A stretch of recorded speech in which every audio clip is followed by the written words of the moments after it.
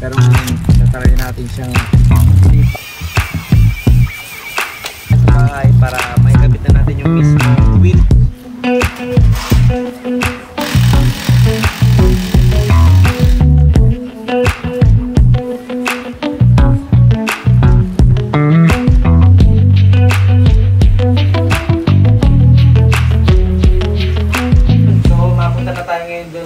Gagawin ngayong araw, which is magkakaroon tayo dito ng konting modification sa stock mugs natin para doon sa mga taong walang budget dumiin o pambili ng mga bago nilang mugs. Ito na yung parang may tutulong ko sa inyo kung gusto niyo mas pagandahin pa yung unit ninyo. Kita ninyo, meron tayo ditong fiber na kino-cover sa stock mugs. So tara, papakita ko sa inyo. Mga katulis, ito kung makikita ninyo, papakita ko sa inyo kung ano yung gagawin natin ngayong araw. Meron tayo ditong 4 na parang kawali o takore. Ayan, ito yung gagawin natin ngayon dito sa ating stock mugs. So parang ang mangyayari dito sa plano natin is, syempre lalagyan natin siya ng cover. Ayan, parang ganyan siya. Ayan, para bago naman tayo. Kahit na sabihin nilang naka-stock mugs lang tayo pare. Pare, hindi lang basta stock mugs yan men. Pero kasi kailangan pang palitan yung bearing nito since napakatagal ko nang hindi ginagamit tong aking stock na mugs. Kailangan na palitan yung bearing. Bilhin lang din tayo.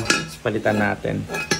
Alright, so tara, simulan na natin to. Kung bago ka lang sa aking channel, please like, comment, and subscribe. Pindutin mo na rin yung notification bell para updated ka once na meron tayong mga bagong upload dito sa YouTube. Alright, so ayan, simulan na natin to. Itong dalawa sa harap, itong dalawa sa likod.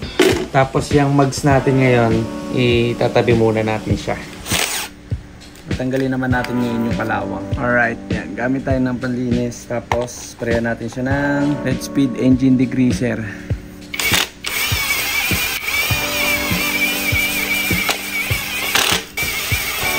Sakit sa ilong.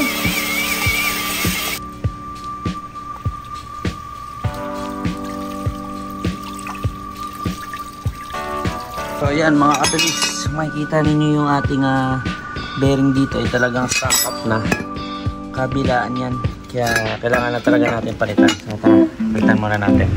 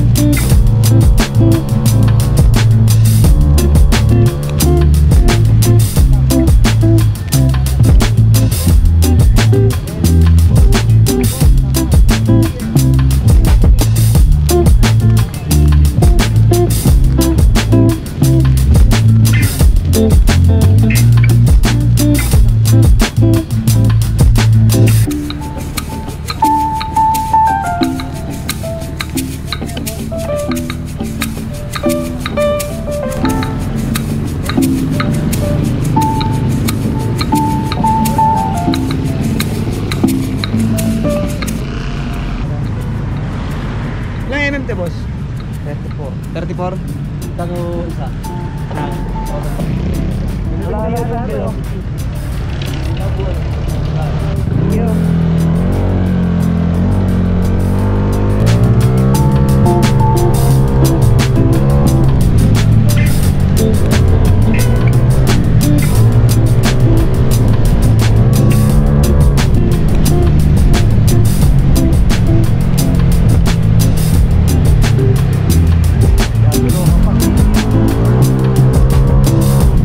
para sa magtatanong kung anong sukat ng bearing sa stock mugs, 6201 po. Ayan, binili ko to, hindi siya original since pansamantagal lang natin. Ayan, 6201 yung sukat ng bearing.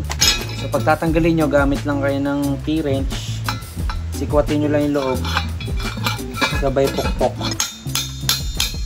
Ganyan lang. Alright mga katulisya, nasa sasakyan na tayo. Papalipat na natin tong gulong natin na nasa bombrang seat na bela papunta dito sa stock natin. So tara, biyahe muna tayo guys. Makikita nyo na lang mamaya yung pinaka final output nung gagawin natin ngayon since Bihira pa talaga itong mangyari. Actually nangyayari na to, pero madalas sa mga classic build siya ginagawa eh. Pero ngayon tatry natin siyang ilipat dito sa scooter. Ayan, okay. Ayan, dito lang tayo magpapagawa. Simura lang dito kapag ka nakakalas na yung gulong eh. Ayan, pagka nakakalas na yung gulong, 50 pesos lang per tire. So mas makakatipid tayo dito at mas makakapag-lesson tayo. Alright, let's go. Ayusin ko lang mga katulis, okay? Okay mga katulis, makikita ninyo, ito na yung ating Bomb Xpela na may Pirelli Diablo Rosso. Sukat ng gulong natin 90-80 saka 180. Babalik lang natin ito sa stock. Tapos ilalagay na natin yung wheel dog kung tawagin. 180 sukat ng gulong natin sa likod. Yan, Pirelli Diablo Rosso. So yan mga katulis, ito na yung bela natin na mags. Yan, napakabit na natin yung gulong. So ngayon punta tayo sa bahay para maikabit na natin yung mismong wheel dog kung tawagin dun sa pang-cover ng stock mags natin. Tara, kaya tayo.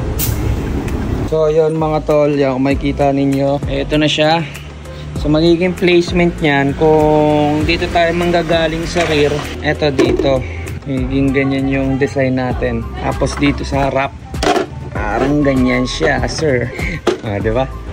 Yan, ganyan magiging tsura. Kaya para pagka nilapat siya dito sa motor natin, eh talagang makikita yung mga pyesa natin or yung mga detalye ng motor natin. Kasi plain black lang yung mags natin at hindi tumatagos. Ayan. So gusto ko lang din palang i-shoutout si James Concepcion. Yan, leader siya ng Korean style Tarlac Zone. Kasi mga katulis, siya yung unang-unang unit na nakita ko dito sa Pilipinas na nakaganto, na naka-wheel dog. Yun, so shoutout kay James Concepcion. Yan, ingat ka palagi and patuloy ka lang maging creative sa pagbibuild ng Honda Click, ano.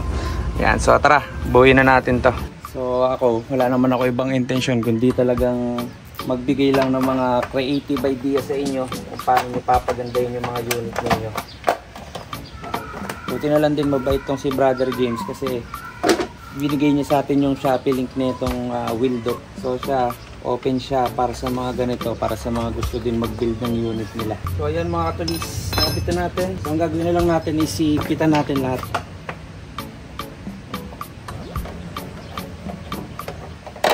Pagka maganda yung pinaka final output pagka nakabit, edi all goods. Okay. So okay na to. Yan, tara. Try natin ikabit. Okay, let's go.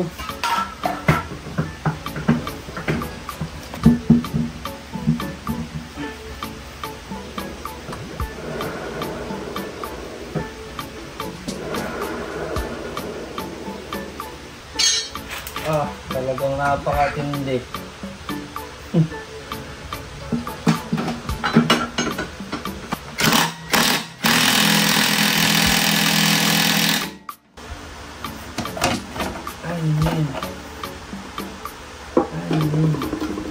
Mali ang potang ina. So yun mga katulis, nagkaroon tayo ng konting problema kasi ito yung naikabit natin kanina, itong malaking butas, dapat pala maliit lang. Ayan. So itong part na to, yung pangalawa nga sa pinakamalaking butas, para doon to sa ating disc. Okay? Ito yung kakalang para doon sa ating rotor disc. So kapitan natin tong harapan. Let's go. Yun. Oo. So yan, kapag nag-avail kayo nito, meron siyang kasamang ganitong bolts na may nut. So tatanggalin nyo lang yung isa doon sa nut kasi para sa magkabila yan. Medyo mahirap lang siya talagang ikabit since kontrahan siya doon sa magkabilang side, pero worth it naman kapag ka naikabit na kasi papaan tornilyo, lagay nyo yung isang washer tapos nut, pero huwag nyo ihigpitan agad, dapat pantay para hindi siya magmukhang saliwa, para lumabas yung pito, para kapag ka nag-ano kayo, hindi kayo mahirapan. Nga nagpahangin kayo. Yan. Pantay na pantay. Ikabit na ulit natin ito. Madali ikabit tong harap compared dun sa likod. Okay, ayan na. Kapitan natin. So, next step. Kapitan natin itong ating Tokoya disc. Ayan, Tokoya discs to na 267mm with GR5 bolts na teal blue. Ayan, GR5 bolts na teal blue din. Kabit na natin to. Bago natin ikabit, gamitan natin ng thread locker.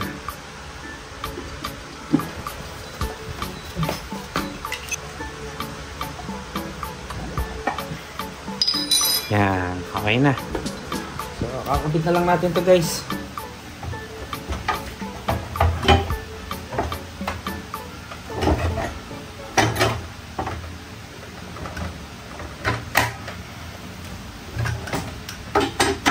Again ulit natin yung sa ating caliper bolts for safety lang.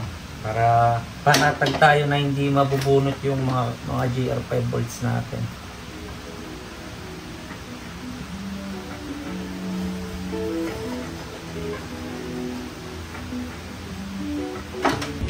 So ayun mga katulis, nakabit na natin after so many hours. So yan kasi may mga test fit pa tayong ginawa dito. So first time natin magkabit nito. So ito na, papakita ko na sa inyo at ilalabas na ni pinsan ko. Okay? Boss, ganda naman yan bossing. Boss, tindigan yan boss. Angas men. Alright. Man, ang ganda man.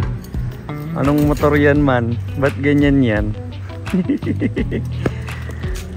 Man, ang ganda. Ang linis. No?